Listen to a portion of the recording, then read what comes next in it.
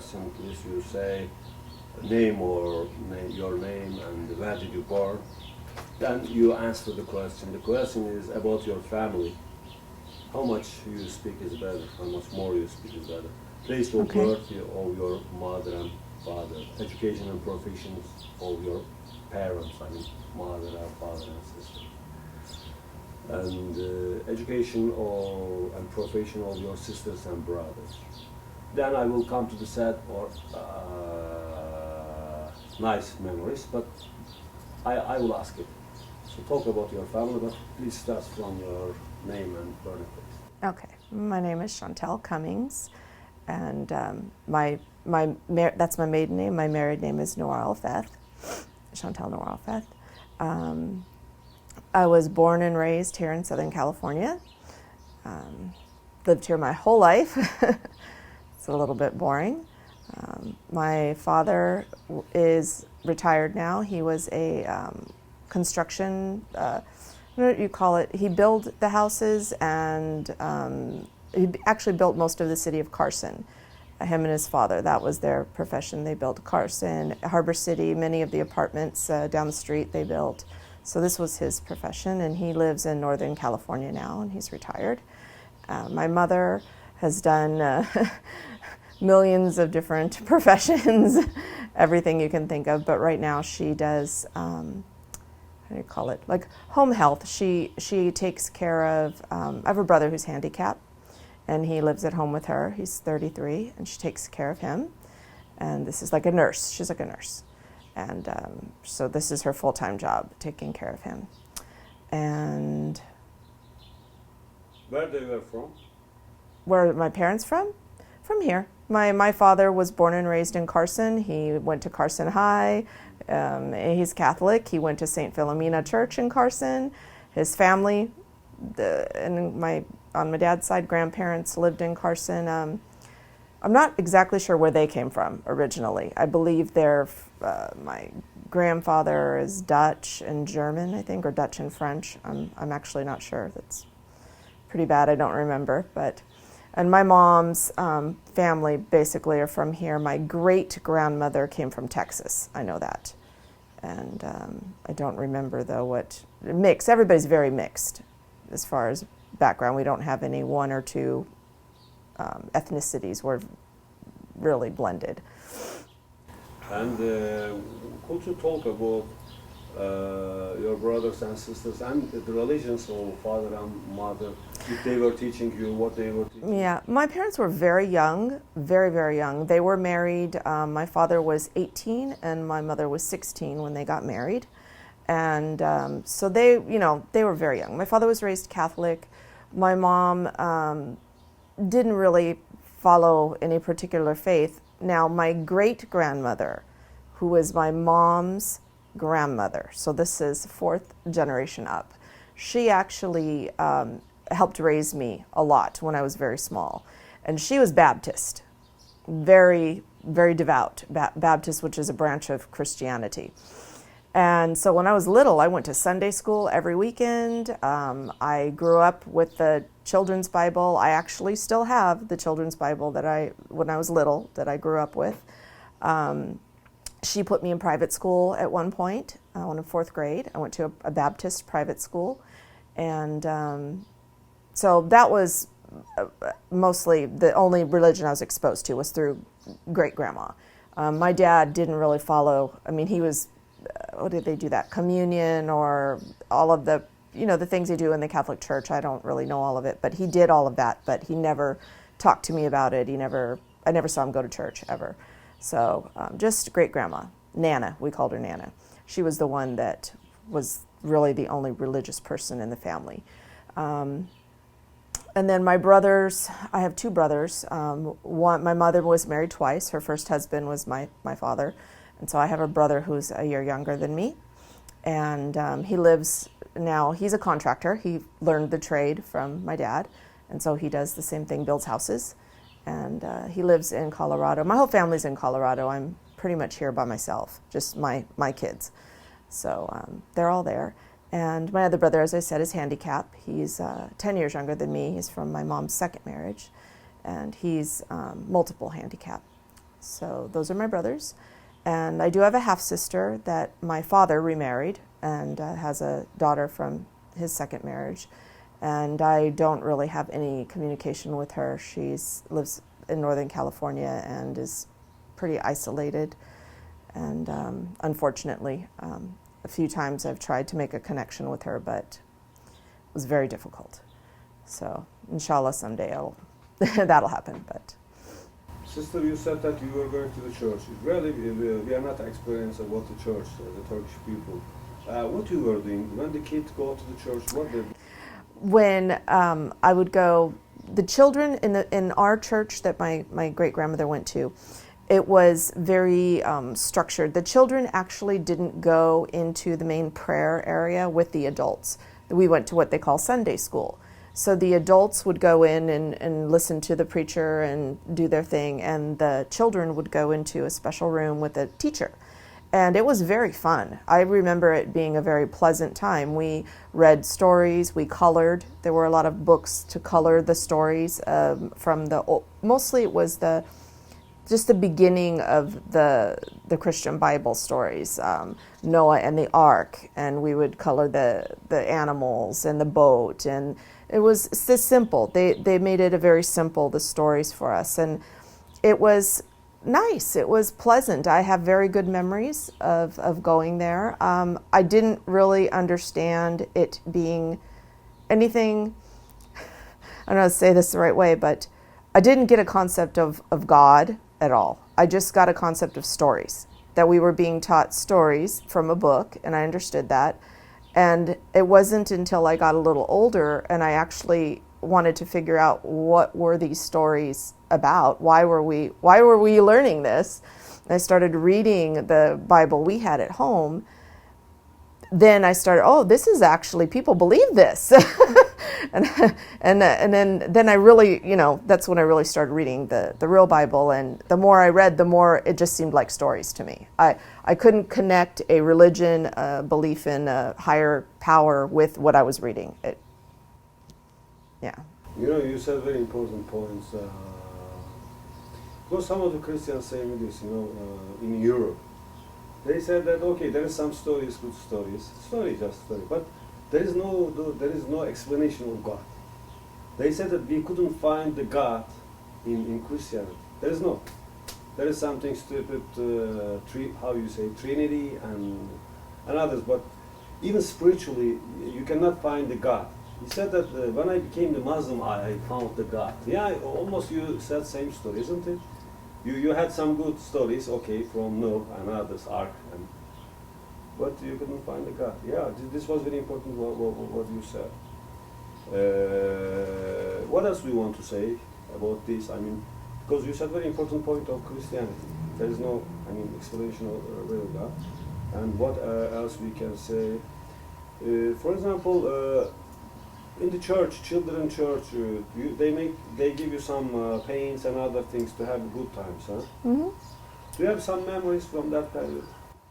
Just that I was very young. I went to Sunday school from I think maybe 5 years old until 8 or 9 years old, and then my mother got a divorce from my father, and then she remarried. And when she remarried, this husband did not like the relationship between my great grandmother and anybody. He wanted to take my mother and my brother and take us away from her.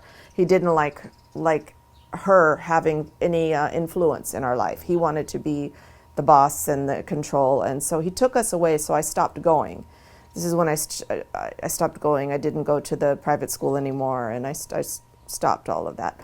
So that's pretty much when my religious training finished, when I was very young, 8 or 9 years old. And I was on my own after that too. So you don't remember any memory, good or?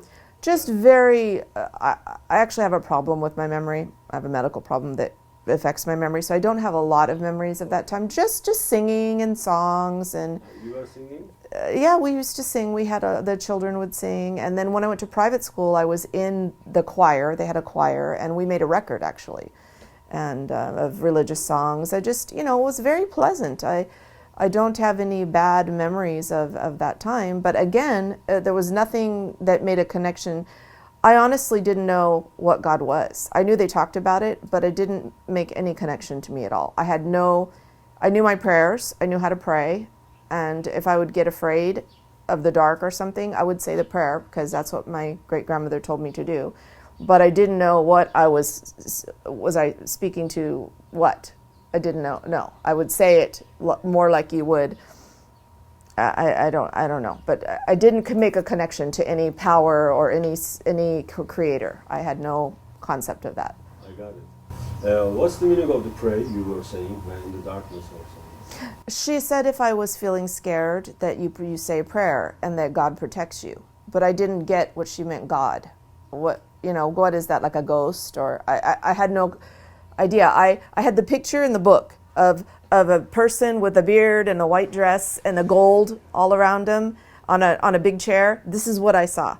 And I thought, no. And my mind didn't accept that. But I would do it anyway, because since little, this is what I was taught, to say these prayers. So I would do it. I knew it was a good thing. It wasn't bad to say a prayer, but I didn't understand why.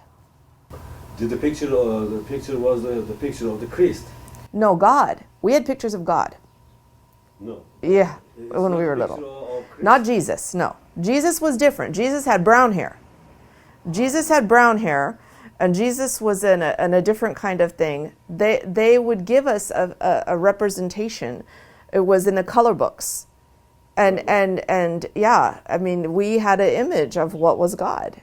Yeah, really. A man, it was a white man too, which is funny because Jesus is brown, but God was white. So I don't know. I was little, very little. And this church is no longer there anymore. The school that I went to is gone. They're not there anymore, but yeah. I studied a little with Christianity. I read the Bible to have culture difference. right. But I remember the pictures from the Jesus. Even you said that there was some pictures, but I thought that all the pictures belongs to the Jesus. But you see, you are right, because I saw some pictures with golden lights around. That's the God, huh? I don't know. I think this was just for the kids.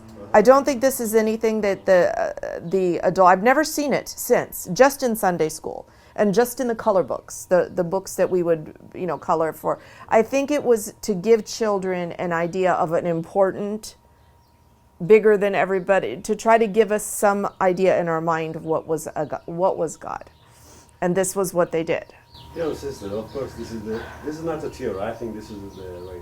Also, I study ancient times history, and also I study not in the school, as a scriptwriter I read. But as far as I noticed that the Christianity moved the culture of the ancient period, because in the ancient history you can describe to the god Zeus. This is the figure, strongly. And this is Eros, is lawful, and etc. Poseidon is the god of the seas, for example. So I believe that all these things, all mistakes, is carried from the ancient time period. They said that, yes, the Roman Empire said this is the creator, but no. They carry, the shapes looks like something from God, but what's containing is this one. So what you said, I just remember me this. They describe to the God how it's possible. Yes. How the Creator, this is interesting. Inshallah, after that we come to this point when you try to express something about Islam, then please you compare with this subject. This is important. But let's finish your kiddos. Then, do you have any bad or nice or sad memories from your father and mother, from your kiddos? Not really. Even when they got divorced, I didn't really know. I just knew they didn't live together anymore. I think because I spent a lot of time with my great-grandmother, so I was moving around. I'd go home a few days and go to Nana's house, and I had my cousins with me, my little cousins, and it was good. And when they got divorced, actually, things got better with my father, because he would take me on the weekend And his parents owned like a ranch in the mountains. They had property in the mountains. Oh, it was so beautiful up there. And I loved going up there. And we would just, they had little bikes for the dirt, and we would have all this fun time up there. And I just loved being in nature. And so I had a really, I don't remember anything bad. A lot of people, they suffer when their parents divorce. With me, it was better. The only thing is my mother's second husband, that was very bad. He got a problem with drugs, and he went very crazy. And he made our life very difficult for many years. And that's a very big, ugly, long story, but it had a big effect on me. It showed me very young the danger of drugs and what they do to people, because he was a very sweet man before he started the drugs. He was generous, he was kind, he did a lot for us, bought us a house, he did many really wonderful things, and the drugs took away his mind and made him crazy, where he was trying to kill us. Really, he went to jail for doing horrible things, and he ended up dying because of the drugs. But it showed me, you know, and that was from 11 until 14 years old, so it's an important time in the life of a child. It's when you develop a lot. And so by the time I hit high school, I knew for sure that I never wanted to even try drugs, because I saw what they did to people, and there was no way. So that was important. It was a good lesson for me. Sister, it's strange. In Islamic countries, I have a lot of Islamic countries, but Alhamdulillah, the divorce is not so common. But here in USA, even in America, and in European countries, divorce is very usual, and I believe that this is not good for the society. You know, in the future, you cannot imagine how destroy the kids. Because kids, when you destroy the kids, they will be the adults of the tomorrow. So this will continue. You know, why it's happening in America? I think the biggest reason for divorce is that people in other parts of especially growing up, they don't stick to things. Like when I say stick to things, they don't stick to things. They don't. There are some people that work very hard. They do work very hard, and those are the people that you probably see them stay married. But a lot of people just quit. They just give up and they quit because it's easier. A lot of people prefer to take the easier way. It's easier. It's much easier to walk out a door than to sit and try to understand why somebody's upset with you. It's much easier to tell your child, go to your room, than to sit and try to figure out why they just broke what they did. Why? Were you angry with me? Get them to talk. And this child that just broke that, and now you're telling them go to their room, they're never going to learn the skill of to express, to explain, to make themselves understood. And this is here how it is here. I don't know in other countries, but in this country, kids, it's because I told you. I'm the mom, I'm the dad, I'm the boss, I'm the teacher. You do what I say, this is the rule. And they learn very young, okay, I'll just shut my mouth and I'll just go and I will do something when she's not looking. Okay, I'll go to school. I hate the school. They're mean to me. And then what happens? The kid gets a gun and goes and kills the people in the school. I mean, I could go on this subject forever. But a big part is, as children, especially in this country, they are not trained or shown how to have social skills, how to, not just social skills, but how to express and to be understood in the right way. So this is why you see gangs and you see girls that are half naked and you see boys that, have spikes through their face and all this stuff going on, because they're trying to express what they were never able to learn as children. And then they grow up and they have to be married to somebody. They can't talk to their friends. They don't know how to have communication, real communication. So they get with someone that they like, they think is pretty or whatever, they get married, and then the first time there's some real problem, they can't work it out. They don't have the skills. And I think that's the big problem. I think that's the problem with the whole world. But for marriage specifically, if you don't have the skills, how do you communicate? How do you? And then if you have a different culture, a different nationality, then it gets really difficult because you have to deal with all that. But basically, I think it's that people just don't. They give up. It's too hard. It's much easier. There's somebody else right there. The availability, the ease of getting a divorce here. You know, you don't need a lawyer. You don't need money. You can go down. If you don't have money, you don't even have to pay to get the divorce. You can sign a paper. I don't have money, and they give you. So it's so easy. It's nothing. It's nothing. You know, I think also this is the relation between the religion. You know, according to me, if the people are spiritually, religious people. Oh, that's. I think they can stand something. You know, sometimes the religion makes you power. If the people are religious, it means he's ready to deliver something for his God. So I think those people carry the marriage more. You know, because they don't want that lady suffer and kids suffer, because he's ready to give something for Allah or God. I don't know. Even in the other religions. In other religions, Christianity, I don't know this. Maybe you know better than me that the Christians, religious Christians, maybe they care more their families. What do you think about this? Or all the same? Honestly, okay, I have to speak just from what I've seen, my experience. Mostly my immediate exposure has been to the Catholic faith, because I was married, my first husband's whole family was Catholic. And so that was my experience with Catholic people. There were a huge, huge family. I don't know, 90, 100 people just in this immediate area. There's so many. And what I saw, though, was that it didn't really seem to matter. And there were a few of them that would attend church and that seemed to try to follow some kind of lifestyle. But in general, no. In general, I didn't find, and actually I haven't found, this is the reason that I came to Islam, because through all the other faiths that I looked at, and I studied a lot of them, I just couldn't find any where people actually lived. They would preach it and they memorize it, and you could talk with them and they could talk for hours about their beliefs, but you never really saw it implemented in the life.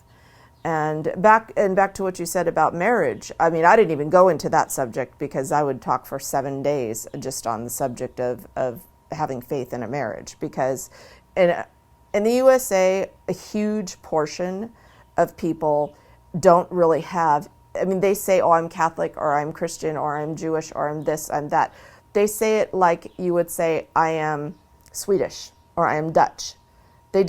Doesn't mean this is their religion. They believe this like a spiritual way of life.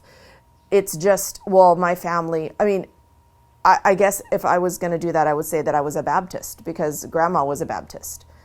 But they do that. Even Muslims. This is a big subject for me too. I know so many. But back to the marriage thing.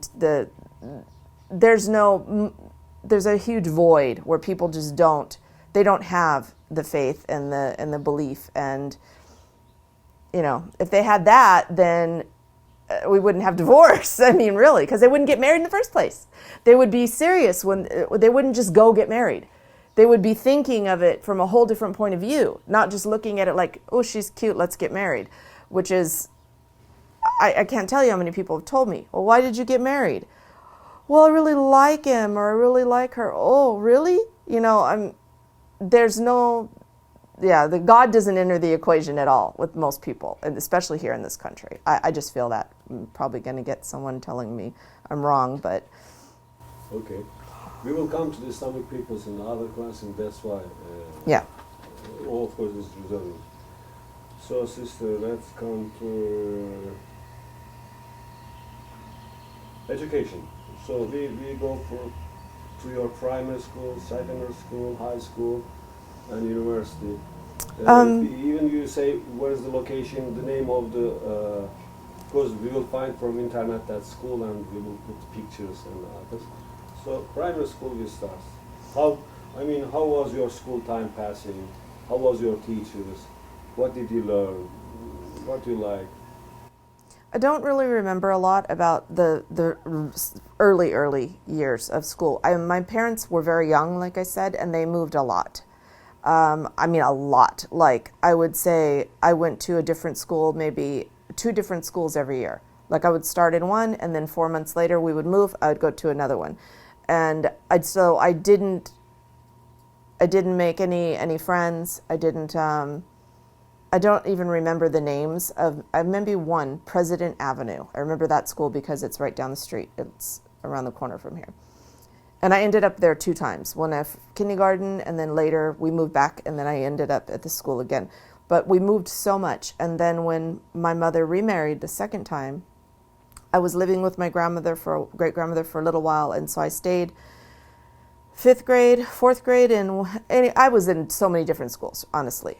The only school that's clear in my memory is the Baptist school because just it was so different, the private school. And then when my mother divorced her second husband, we stayed. We finally got a place and we stayed. So for high school was good. High school, I went to Redondo Union High School in Redondo Beach, and went there all 4 years. And in that school, you're not going to believe this, but I was what they call a heavy metaler. I was into heavy metal music, and I was a strange person, though, because I didn't do the drugs, and I didn't do the things that all of the other kids that were into that music did. I just listened to the music. I was going home every day and taking care of my sick brother. My brother was 10 years younger than me, so he was 5, 6 years old at that time, and he has seizures, epilepsy, he has cerebral palsy, and he's developmentally delayed. He's like a baby, like 4 years old. And so my mom was working 3 jobs to support us. So I would come home from school, directly home, get my brother off the bus, feed him, cook dinner, clean the house, do my homework, and mom would come home and, we go to bed. This was the life. So I dressed that way. If you saw pictures of me, you would just freak out because the crazy hair and the clothes and the everything. But even our high school, because there was a lot of kids that did bad things. It's a high school. This is America. There's lots of groups of children. They're doing bad things. They're doing drugs. They're leaving the school and they're not supposed to. And so every high school has a small group of people. No one is supposed to know that they're the security, but they're like hiding, but they're there. I don't know. It's really silly. They knew me, and they knew that I'm not like these other kids. So if I was leaving school, they didn't ask me, where's your excuse or where's your paper? They'd know, oh, she's okay. She's not like the other ones. But anyway, so but high school was good. I just, I was very into my studies. I was in the honors English, the very high level of English. I was into theater. I liked to do the sound, like recording the sound for when we would have musicals and plays. And I would run the big board with all the sound equipment. I would do that. I learned all of the ways of movie making, like a spotlight, how to do the spotlight on the stage, just the things you do to set up the play. It was called stagecraft. We had a special class just to learn the how to do theater and this. I didn't like to be in front of the camera. I liked to be the one behind doing the thing. So I did this for 4 years. And I was sure that was going to be my profession, that I was going to go to Long Beach, Cal State Long Beach, and go into the sound. I wanted to do sound technology and maybe work for, I don't know, either a theater or go into movie production to sound. I was very into the sound. But anyway, so that was high school, and nothing extremely remarkable, just normal. Do you have nice or sad memories from high school that you leave? It was good because I made friends. It was the first time in my life I stayed in one place, so I could make friends. So I remember feeling different than the other kids because, like I said, I was listening to this kind of music that most of the girls, they were, having relations with boys. They were doing drugs. I knew girls that were pregnant and getting pregnant in high school. There was a lot of pressure from a lot of the big, not my close friends, but the circle, the bigger circle, to do these kind of things. We would go to see bands play music, go watch music and see bands play, and everybody would be smoking and drinking and doing this, and they would look at me like, why aren't you like that? I didn't have boyfriends. I felt weird, though. I felt that there was something maybe wrong with me, because I guess the way I conducted myself in high school did not attract. I didn't have, like, the other girls were trying to get the attention, and I wasn't. I would rather have the friends, just the friends. And I guess, I don't know, but it was a little difficult for me because I was different. I was not like them, and every girl I knew had a boyfriend. They were all, like pairs everywhere, and I was the only one not like that. So, and I don't know, I always felt a little strange because I didn't do the things everybody else did. And I don't know, I guess I was more responsible too because of my brother. I didn't have time in my mind to waste the time with that, and then I had to go to work at 16. My mom was just struggling. It was very difficult, and she's got, kids, and she's alone. There's no child. She didn't get child support. She didn't get help. So I was at an age where I wanted clothes. I started to, to want things, which we all get that way. And my mom told me I can't do it. And I wanted a jacket, a special jacket, because of the style of the music. I wanted this special kind of a leather jacket. And she said, I can't do it. I'm sorry. You have to get a job. So I went to work. So now I'm taking care of brother, going to school and studying and working 4 days a week. So. I have some questions. You said that, of course, Turkey is not really Islamic country, but at least we have something from Islam. So that's why in high school the things is happening what you told. I mean, boyfriends and pregnancy and other drugs, but not so much, alhamdulillah. But what we wonder from Turkey that high school in which age you were? 17, 18, something like that? Started. We do from 9 to 12, the grades, 9, 10, 11, 12. This is the high school. Ah. So you start when I was 13. I was a little young. Most people starting at 14. I was 13, and school started September, and I turned 14 in November.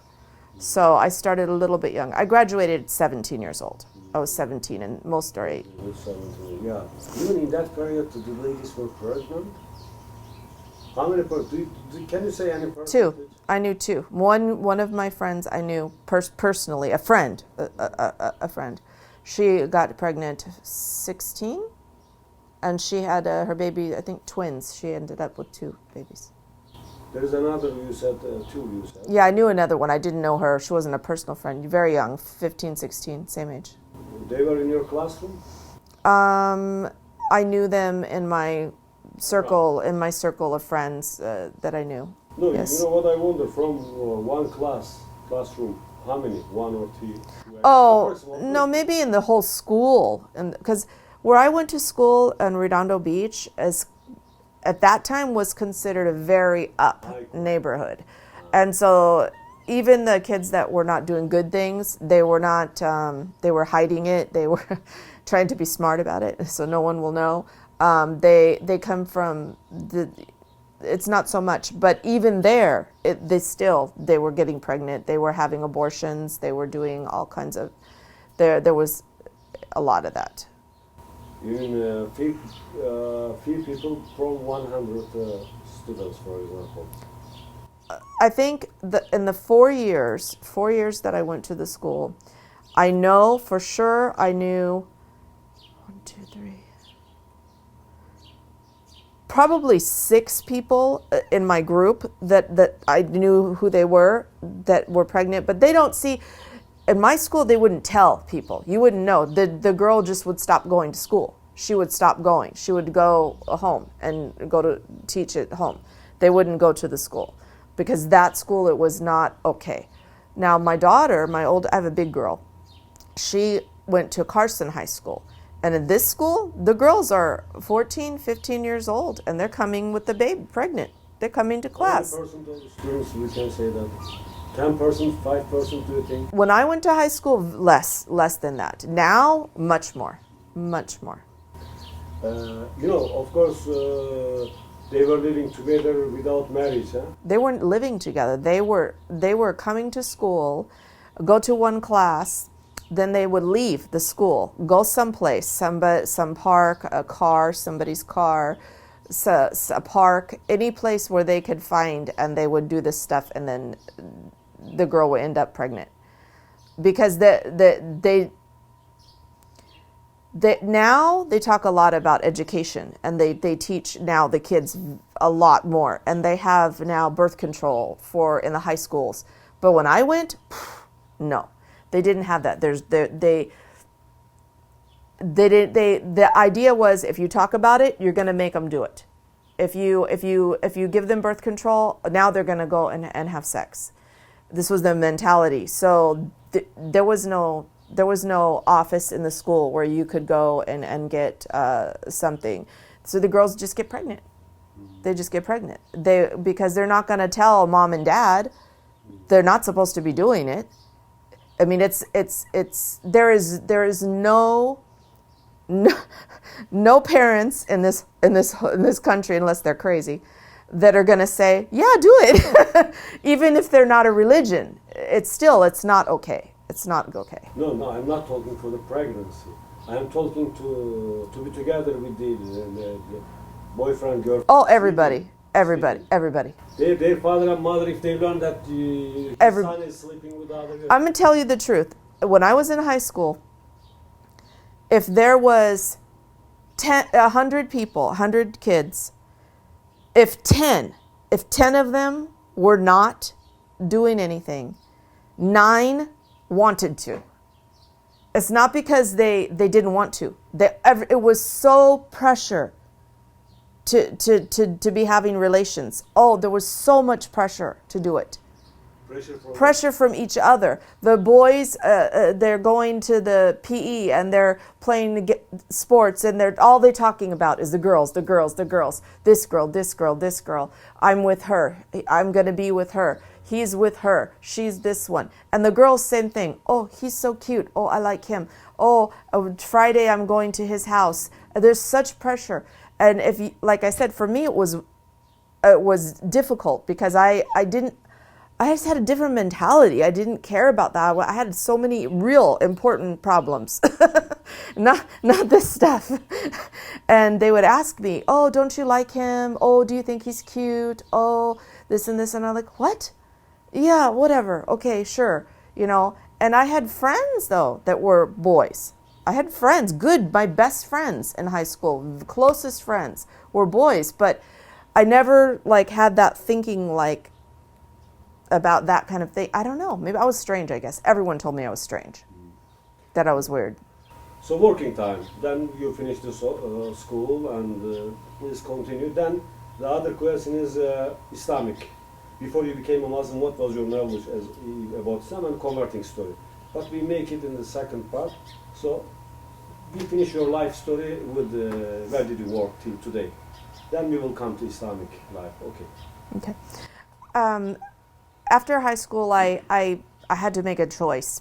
I really wanted to go to the university and learn sound and get into theater and production and this. But I knew a lot of people that were doing this, people that were in school with me, and they finished before me. They were older and they finished and they came back. And they would tell us, oh, it's so difficult, we can't get work, we can't find jobs, don't do it. Don't come in this profession because you're just going to suffer. And my mom was working so hard. She was working, I mean, I never saw a woman work like she was such a good example for me because she just worked hard. And so I wanted to help her.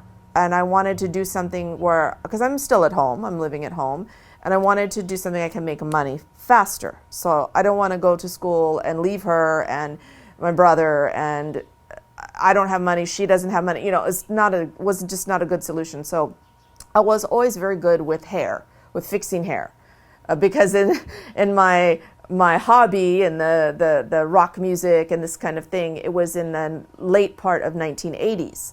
And in America, we had a big popular fashion to have big, even the men, big hair, long, big, poofy, like a woman. The men looked like women in the USA for 10 years, really, I swear. They wore makeup and the big hair.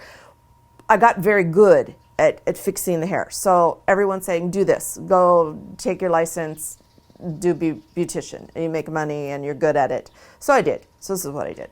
I went to school and did that, and went directly to working. And so I just, this, nothing terribly exciting, but I did that. And one thing, I got into a special part of doing hair. There's something very popular here. It's called hair extension. It's where they add the hair to the woman to give her long hair. They take some hair and they sew it or glue it and they make a long hair. Well, I learned to do this, but I did it for like a different purpose, not just to make long hair. I started helping the women that had cancer or they had some sickness and they lost their hair. So I got more into the replacing, helping them. They want to grow their hair back after this sickness, or they have some health problem. I like specialize in helping the women that had the difficulty, they can't grow their hair. So this was my thing, and for years, this is what I did, was this, all the things. I did the nails and the toes, everything, but mostly my specialty was to help these women. That was it. So anyway, but that's basically it, just for years, 15 years, that was my profession, was doing the hair. You had only your office, or you are? No, I work for other people. I always worked in other salons for different people. Before you became a Muslim, what was your knowledge about it? I mix both questions because related each other, so it's not necessary to ask one by one. Understand? Yeah. Before you became a Muslim, what was your knowledge about Islam and how you became a Muslim? Yeah, okay. I knew the word. I knew there was a word, Islam. I didn't have a clue. I had no knowledge. I didn't really watch TV that much. I didn't have time. I didn't know anybody that was Muslim. I didn't know anything about it, good, bad, anything. I was very, in a way, ignorant of the world, really, of the whole world. I knew there was a world, and if something really bad was on the news, I would see it. But as far as politics or social things going on, I didn't know. I was just focused on go to work, take care of brother. Even in high school, I didn't get into government or politics or these subjects. I passed the class, finish it, move on. I didn't have any concept. I didn't know anything about any religions, honestly, none. They didn't teach religion in my high school, none. They didn't teach it. So I didn't know, I just knew from what I was little, and then when I started working, this is what really started my whole thing with religion. When I would work and I would do these people's hair, a lot of these people were very sick, or maybe they had cancer, they almost died, and then now they're okay. So I was talking to women that were very religious. They had strong belief and faith, and I was fascinated by that. I was like, why? I mean, sometimes I would have to, cover my mouth because I go, why? Why do you believe that? Why? Because I had no belief, really, none. I didn't believe, I had none. I would get so scared sometimes because I wouldn't understand, like, how can I just not be here? How do I die? I didn't understand that whole concept of how I can die. And I would get very scared. I would get like a panic. And I would give myself like a heart attack because I would be so afraid. It just stops? What do you mean it just stops? I just stop? I'm not there anymore? I mean, really, it was very terrifying to me when I was young.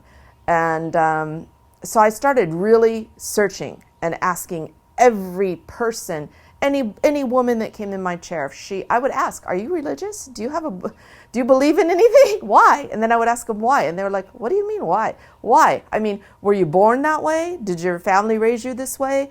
Did something happen to you and all of a sudden you had a moment and you believe now? Why? Why are you like that? And except for one woman in all the years, only one woman had an experience that made her have her belief. Everybody else was born this way. And so I felt like, you know what? It's never going to happen for me. I'm going to give up because I wasn't born into, nobody taught me when I was little. And I felt like this was a big problem. And the first woman I worked for years, 5 years I worked for one woman, she was Native American. And they have a whole different, idea, the spirituality. It's not like the big religions. It's very different.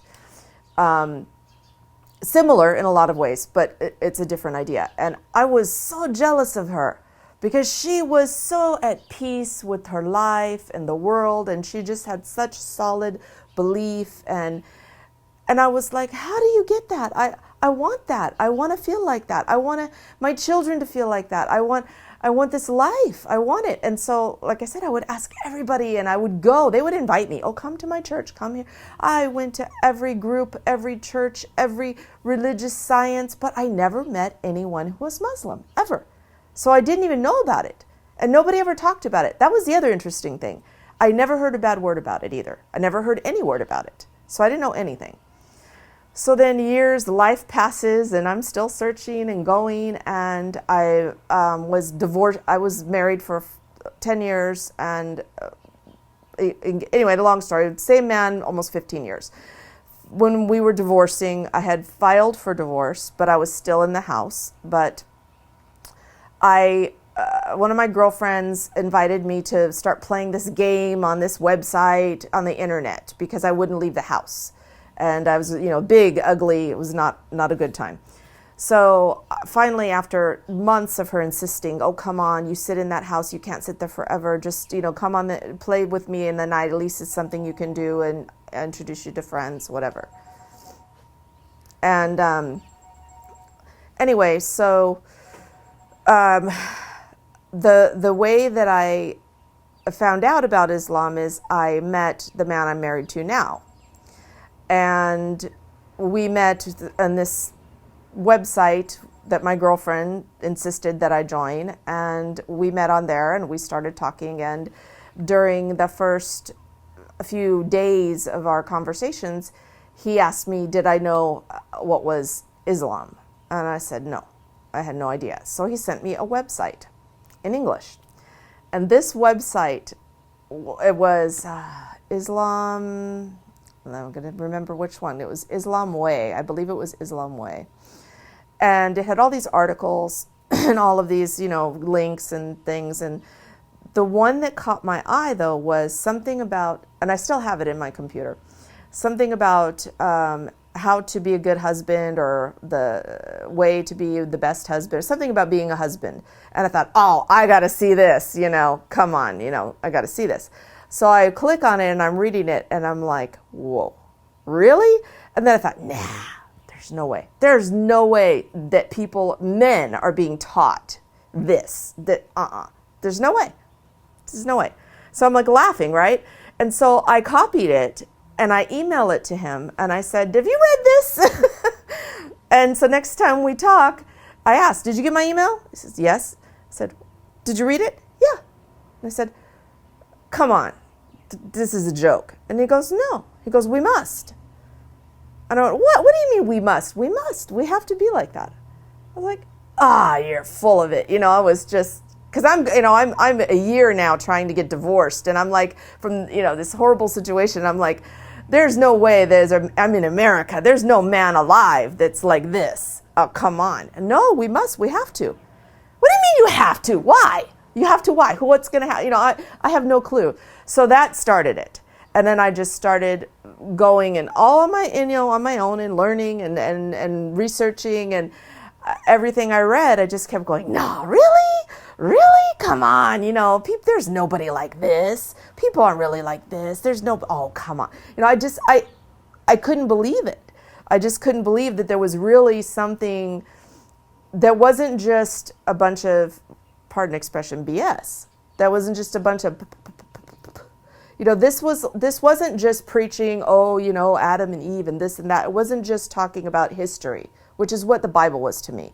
And it was just like, they're talking about stuff that happened. Oh, what does that have to do with my life? Don't kill anyone. Yeah, I know that. It's common sense. Don't lie, don't steal. Okay, yeah, I know that too. I knew all of that stuff.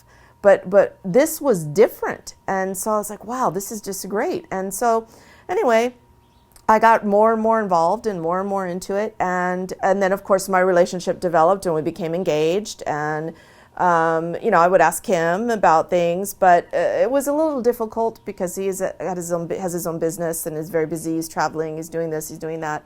And, and then I went back to college to get a behavior degree because I have twins from my first marriage and they have autism.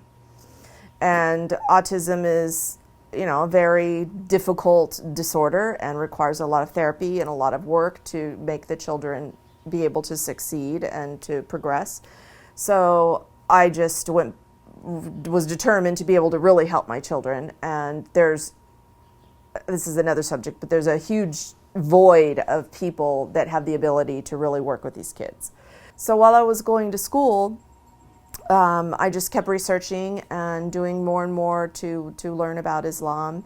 And basically, after about a year of studying on my own, I was sitting one night in August 21st, 2009. It was 11 o'clock at night, and I was on a website, and there was a little box in the corner that said, do you want to talk to somebody? So I clicked on it, and it was like a little interactive thing, and do you have questions, or do you want someone to call you? And it's 11 o'clock at night, so I just said, yeah, okay, sure, I want someone to call me. And I'm not thinking they're going to call me right now because it's 11 o'clock at night. And 5 minutes later, my phone rings. And it's a man on the phone. And he asked me a few questions. Well, what do you know about Islam? So I told him what I knew.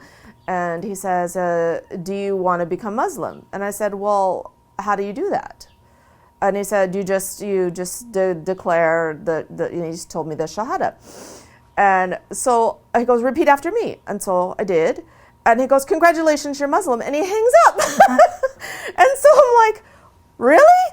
And I'm like, wow, okay, all right, cool. Now what do I do? And I just sat there because I'm alone. My kids are asleep. I'm in my little apartment. And, I'm like, wow, what do I do now? And so I email, back then he was my fiance, I email him, I'm like, guess what? I'm a Muslim.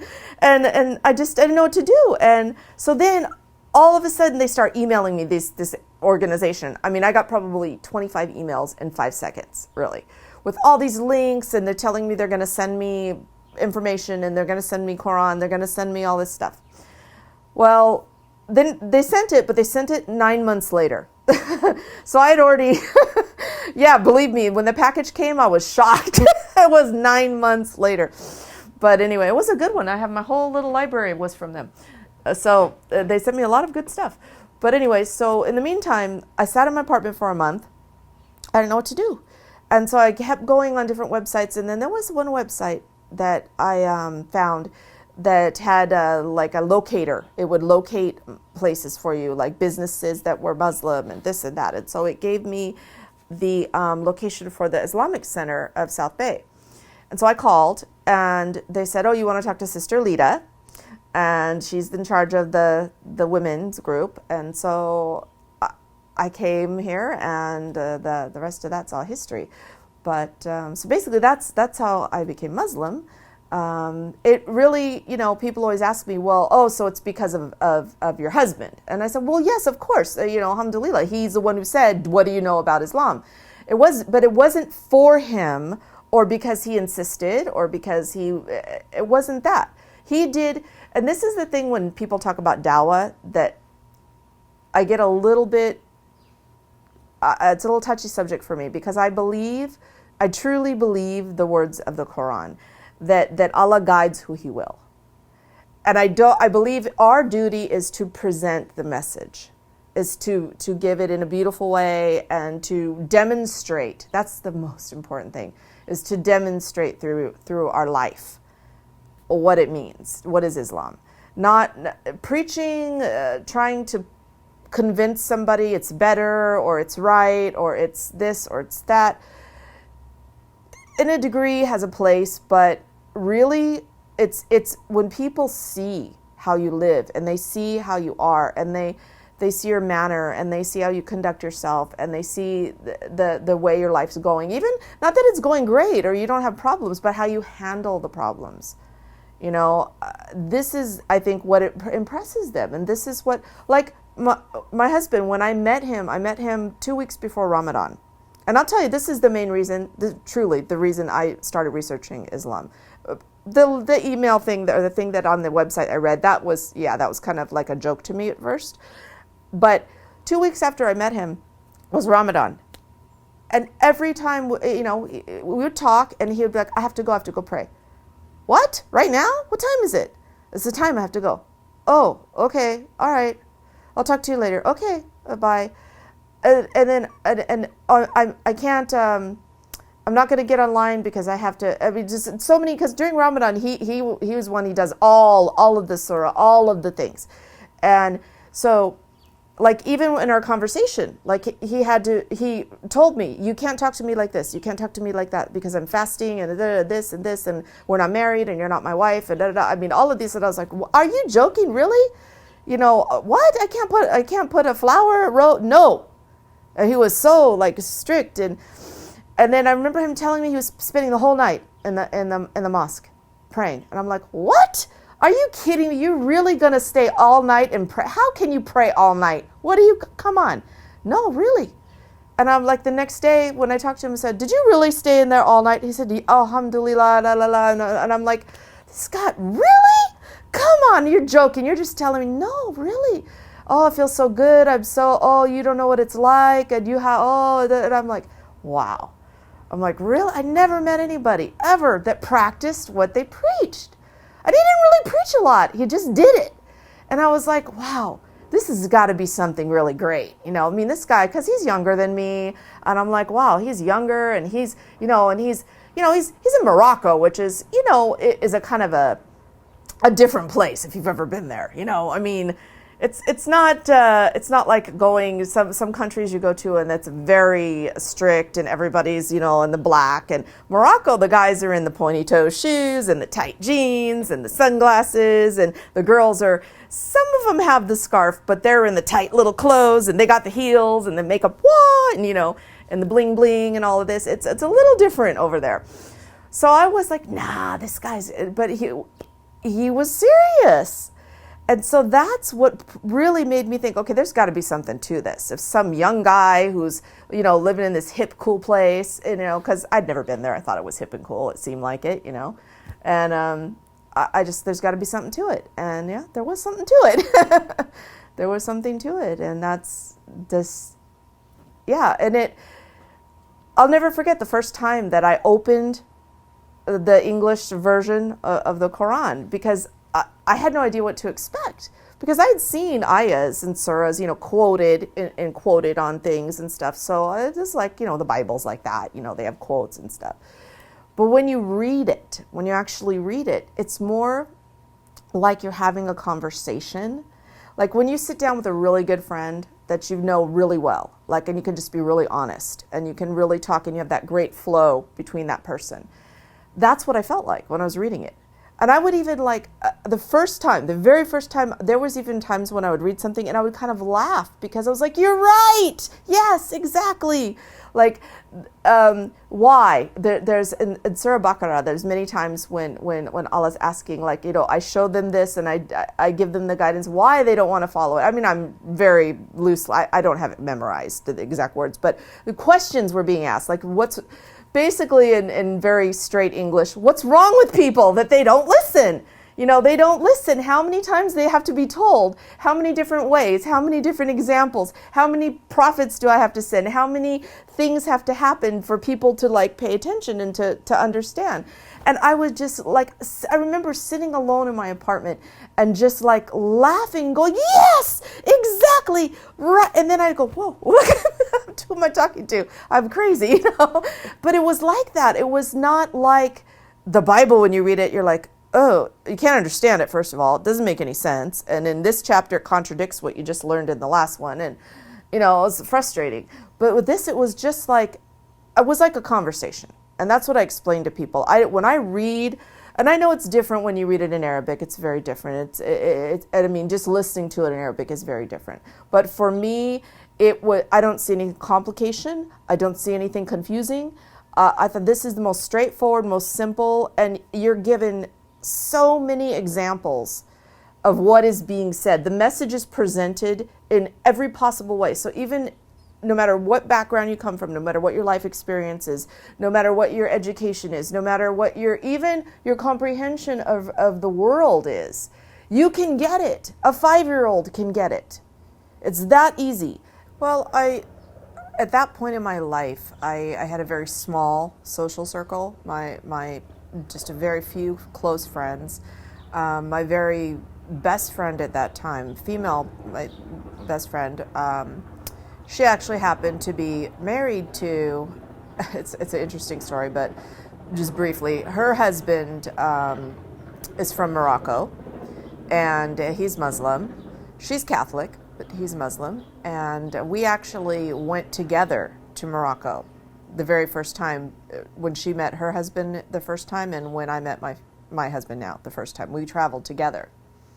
And it was just a coincidence. I mean, the two men didn't know each other, and we had no idea that either one of us had met. It was just a weird thing. But anyway, so he was here. Her husband came here a couple years ago. And so she'd had a lot of people. She knew a lot of people that were Muslims. So for her, it wasn't a big deal. You know, it didn't really make any difference, you know, in our relationship. My mother, I had been talking to her about it since day one, you know, telling her, hey, guess what? I'm checking this out. This is what I learned. And did you know this? And did you know that? And so I'd been kind of, you know, she knew what I was into and what was going on in it. And again, it wasn't, you know, my mom was kind of, her attitude was, well, if it's helping you, you know, because I'd been through it was a really difficult divorce. It was a really very, very unpleasant and bad time. And so she was like, anything that helps you, that makes you feel good, I'm all for it, you know. So she just, you know, didn't really, the only thing she had an issue with was when I started covering my hair. She got a little upset about that because she's like, why do you want to look like a little old lady? She's like, you're young, you're beautiful. What do you want to do that for? You know, she didn't really get it. You know, she didn't. But the interesting thing is that I'll never forget. We were leaving. She was here. She came to visit I think it was last year. We were going somewhere, and I think I actually had on what I have on today. And we were walking out to go to the store or somewhere, and she was behind me, and she goes, you know, I have to say something. And I turn around and go, here it goes. She's going to say something bad because, you know, she'd always make comments when I would wear a scarf. And so I turn around and I go, okay, I'm waiting for it. She goes, you know, as much as I don't like it, I have to say that you just glow when you have that on your head. You just glow. You know. And I'm like, oh, well, thank you. I feel very happy. Maybe this is why I glow. I don't know, but it was nice. So I haven't had really any problems. I get teased a little bit. I got a 20-year-old daughter she teases me a little bit, you know, about what I wear sometimes. And I don't know. I haven't had any real bad thing except, and this, I don't even know for sure if it's, all I do know. I had a little bit of bad experiences with my children's school that they go to. They've been going there for a couple years, and the first year that they went there, I wasn't covering my hair. And then when it seemed like I didn't want to think that as soon as I put a scarf on my head that they changed, but my oldest daughter said absolutely that's when everything changed. And their whole attitude towards me and helping me with my kids, it all changed. And I became like, they started looking at me like I'm bad, and they started giving me a hard time with everything. And it just was a total different, everything changed. And anyway, it's okay though. But that and where I lived, I started, the reason we moved is because I got targeted by gang, like a street gang down the street. They decided they didn't like me, and they followed me home one time, and they were on foot because they lived down the street. So I got out of my car before they got to my car, and I was getting ready to go back down and get the things out of the car. And before I could do that, my neighbor pulled in next to me and they robbed him. And he said they were waiting at my car when he pulled in. It just so happened he pulled in, so they, pulled the gun on him. And then they came back and they busted into my car, and they didn't take anything. So it was just a hate crime. They busted into my car. They just trashed it. They, threw everything around, made a big mess, broke the window, this kind of thing. So I moved. And that's when I moved here. This just happened a few months ago.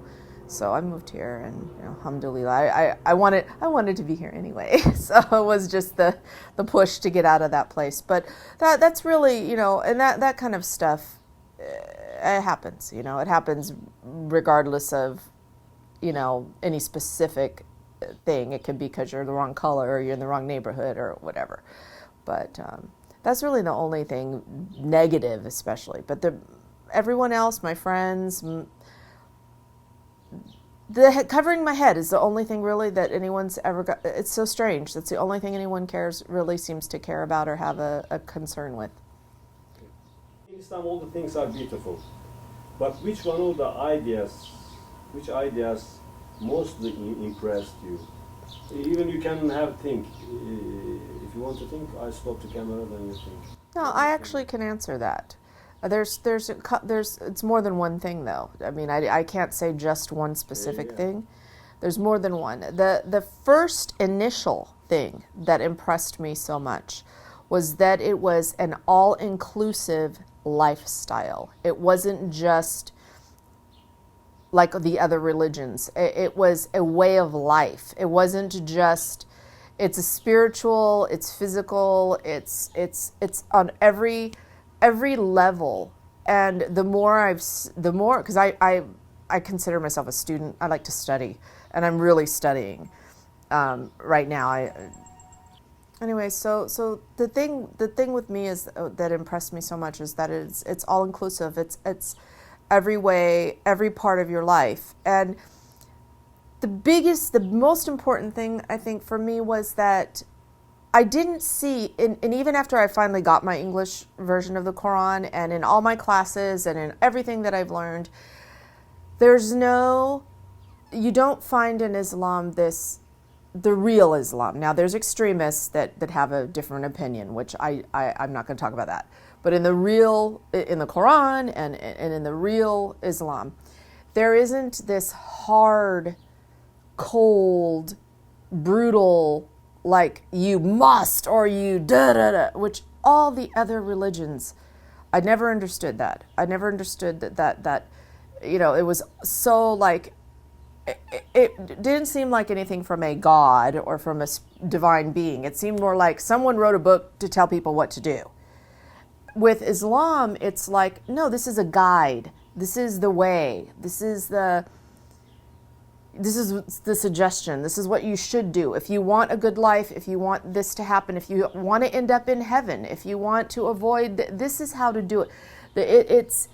It's the way, I don't even know how to explain. Like I said, it's like your best friend telling you, look, this is really, if you want things to go good in your life, this is the way to do it, like this.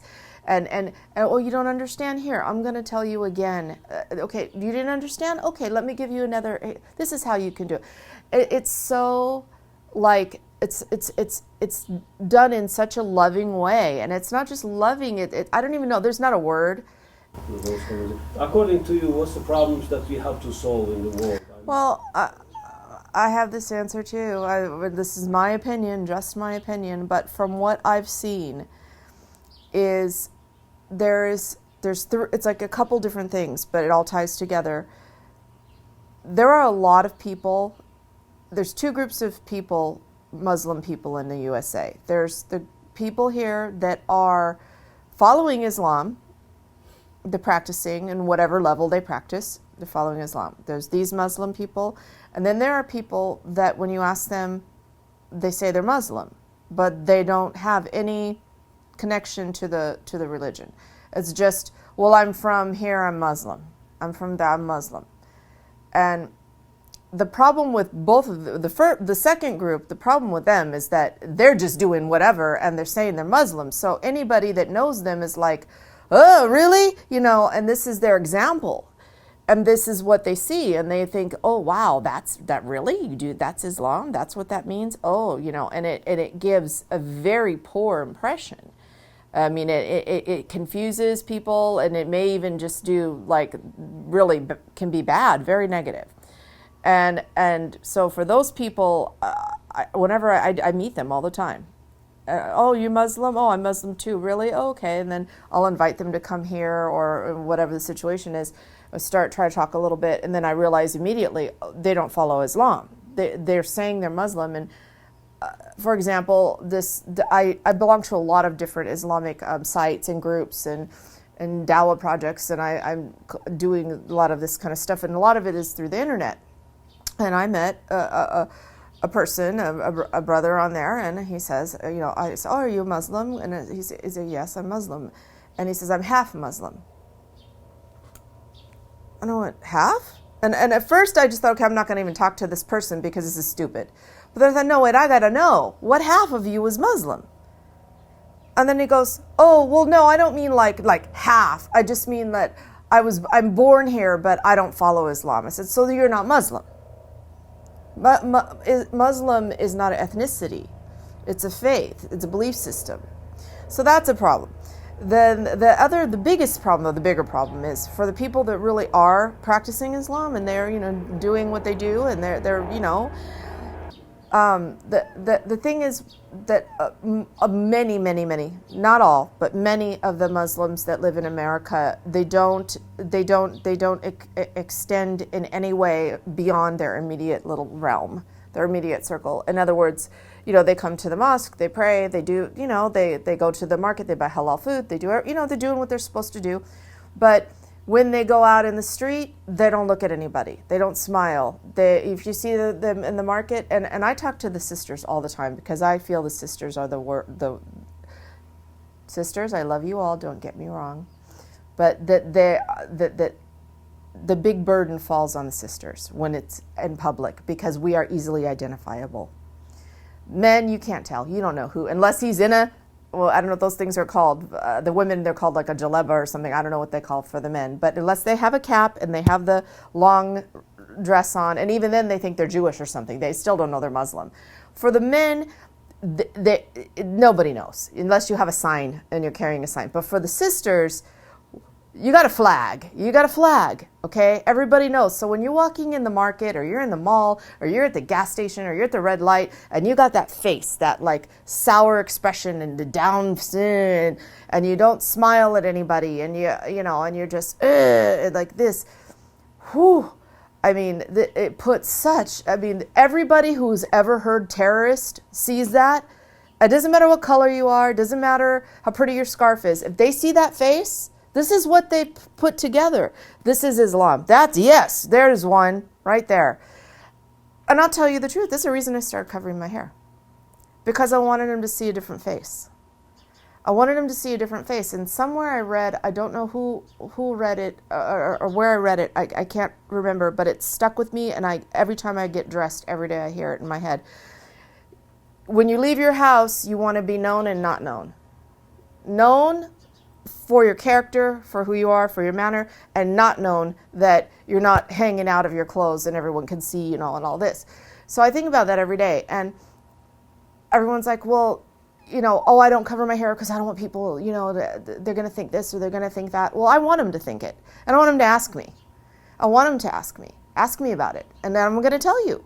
You know, I had some guy come up to me in the market and go, "Do you eat meat?" Just like that. He goes, "Are you a Muslim?" With this real weird accent. And I was like, "Yeah." And he goes, "Do you eat meat?" I said, "All the time, whenever I can get it, you know." Yeah, medium rare too, you know, I mean, and so I like that. I mean, I like that. But the biggest problem is that so many, and Sheikh Ammar from Mercy for Mankind just came 2 weeks ago and did a big Dawah program for us. And he said the same thing. We agree on this, that most people don't, they just go through their life. They don't even have, they're complacent. They're just complacent. You know, okay, this is all I have to do. I just have to be a good person. I just have to follow the rules. I just have to pray. I just have to make dua. I just have to do these things, and everything's okay. This is it. Take care of my kids. This is it. But really, our purpose is a little bigger than that. You know, we're created for a reason. We're created to worship, and part of that worship is not to go preach to people or to insist, but to demonstrate and to inshallah to guide people too in that process. And you know, you can't guide anybody if you don't open your mouth, if you don't smile, at least a smile. I mean, smile is the easiest thing in the world to do. It's sunnah, it's charity, it's simple. You just eat and do it, and yeah, you get a wrinkle, so what? But that's it. And yeah, so now everyone that comes through the door, we kind of push that on our group of sisters. Like, you know, be aware when you're at that red light and you're sitting there scowling because you're late, and someone looks over at you. They see the scarf on your head. Don't like give them that face. You smile, you know, or wave at them, or let them go before you. You know, let them go before you. Really, is it going to make a difference? You know, do you have to block them so they can't come out of the light's only, yeah, I understand the light's only green for 2 seconds, and then you got to wait 5 minutes again for it to be green again. But just let them go. You know, let them go, because you know what? They're going to remember that. They're going to remember, you know, when someone's talking bad about Islam, they're going to go, you know, I met a lady in the store and she let me go in front of her, and you know, she was so nice, and and I think she was one of those Muslims. She had that thing on her head, but even though they're talking like that, they're gonna have a good impression. And this is how you make good relationships, no matter what your religion is. If you want to make friends with your neighbors, that's how you do it. And you know, it doesn't matter where you're from. I mean, it's I don't know. I mean, we're ambassadors. We're ambassadors. We are the ambassadors, and until people realize that, that's the problem. No. Nobody knows. Half of America does not know anything about Islam, and the other half that does know knows just what they see on TV. And of the ones that know stuff from the TV, maybe a very small percent actually know people that are Muslim. And then again, then who is the Muslim that they know? That's the other thing. So those of us that are, we got to do something. You know, we have to do something. We don't need to go preach on the corner, but you know, we need to, when we leave our driveway and the neighbors out there watering, we need, hey, how are you? Lawn's looking good. Anything, you know, just any small little gesture. And that to me is the biggest problem. I mean, the terrorism, the news, all this stuff. If every single person, every single Muslim person made just a small little extended, just reach just a little bit, not go save the world, just make a friend with your neighbor, take them their paper. You know, if it's trash day and you see their cans there, they forgot it and the truck's coming, go push the trash can out on the sidewalk for them. You know, you see they're going to get a ticket, it's a street sweeper, go knock on their door, say, hurry, come move your car. I mean, just any little small thing, extend yourself, be a good Muslim, be what you're supposed to be, help. Do what you're supposed to do. Don't just sit in your little world because you fixed it and just think you're okay. That's not enough. It's not enough. And you know, when we all start realizing that, I mean, things will change. I mean, they are changing. You know, alhamdulillah, they're changing, but it takes more. It takes more. It takes you know. Anyway, so that's what I think is the problem. Yeah, you touch on a very good point. That's useful. Point that Islamic people must understand this very well. As you said, they are ambassadors. There is, how about the spreading of Islam, how it must be? Which kind of ways do you advise to the Muslims to spread Islam? Do you have any already something like you expressed before questioning this. But if you want to include some, but you know, yeah, some you said because they should be kind, smile. The people must like them. What else do you advise to spread Islam to other Americans or to spread all over the world? Okay. Well, I definitely know what is not a good idea. In my opinion, what is not a good idea is to, on the internet, and he is asking Muslims to send emails and write letters to try to convince a movie star to convert to Islam, to convince him, to push him, because he's interested in it and he wants them to, and I keep thinking there's no compulsion in religion, there's no compulsion in religion, there's no compulsion in religion. You're not supposed to push, you're not supposed to, and I'm reading what the comments that the people are putting, and I'm like, oh, why are you saying that? And they're like, oh, it's the right way, it's the best way, you need to do it, you don't want to go to the hellfire, and it's like, no, but this is not Islam, this is not my understanding. Maybe it's clearly it's somebody's understanding, but my understanding is, you can sit and you can tell them, yes, okay, you're going to go to the hellfire, you're an unbeliever, okay, but this is not, to me, a way to show someone that it's a good light. I mean, like I said, you have to demonstrate it. You have to lead by example. I believe that so firmly. You have to lead by example, and the biggest thing in Islam, I have to say, the biggest thing not biggest, okay, it's not biggest, big, it's big. Humility, okay, humility, and being humble, and humble isn't just like, oh, thank you. Being humble is a whole way of conducting yourself in everything in your life. And I have to remind myself of that all the time, because I get caught up too. I go to the sisters group and they're all in the pretty scarves and, like this one, and the bling bling like this, and they're all decorated, and they look like flowing princesses of Egypt or something. They look stunning. And I'm thinking, well, that's not really humility, and that's not really being modest. And I do the same thing. I have beautiful flowing caftans that I made myself that are just stunning, and all the scarves, and I've got caught up in it too. But if you really look at the meat, at the core of the message in the Quran, and how we're supposed to be, yes, we should be clean, we should have nice things, but we shouldn't be out in the street calling attention to ourselves. We're not supposed to we're supposed to be humble, we're supposed to be modest. And even though you're covered from here to here, if everything you have on your body is making people stare at you and go, wow, look at her, that isn't modesty. That's not modesty, and it's definitely not humility. And, when you have gold everywhere and all that, you're showing off. This is showing off. You are putting in the face of somebody that you have what they don't have. The lady in the rags doesn't have the fine silk, and it's nice. It's okay to have that, especially to go pray. I understand that. You go pray, you want to put on your best clothes, you want to look, this is fine. But I'm talking about on a daily basis. The people that get so caught up, and there's ayahs in the Quran about this too, and inshallah someday I will have them committed to memory where I can just recite them perfectly, but not yet. But there are ayahs about that too, about coveting and about collecting and gathering, material things, and yes, to an extent we're supposed to do that, but why? Why are we supposed to get wealth? Why are we supposed to get wealth? So that we can help people. The purpose for us getting money and getting things is to help people that don't have it. It's not for us to sit in our beautiful house with our 6 cars and our diamond this big. This is not why Allah gives us wealth. Allah gives us wealth. It's a test, but also we're to share it, inshallah. We're supposed to share it. We're supposed to help the less fortunate.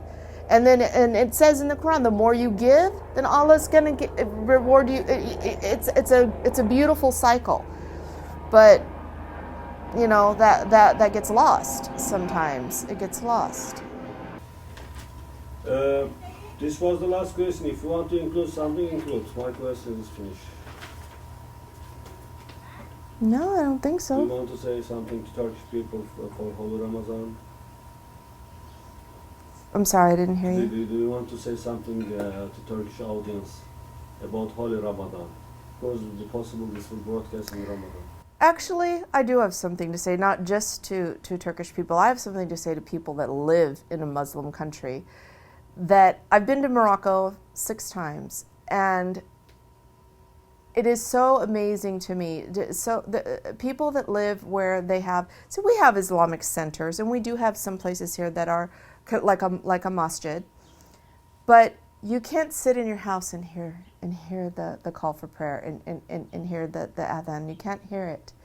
When you're in Morocco, when you're in, I don't know about it in Turkey, but when you live somewhere where you can hear that and you know, I don't know, there's something beautiful about that to me. And the ability to be able to walk down the street you know, with your scarf on, and it's accepted, and no one stares at you funny, and that you can pray. You can stop in the middle of your work and drop down and pray, and nobody's going to think anything weird of you.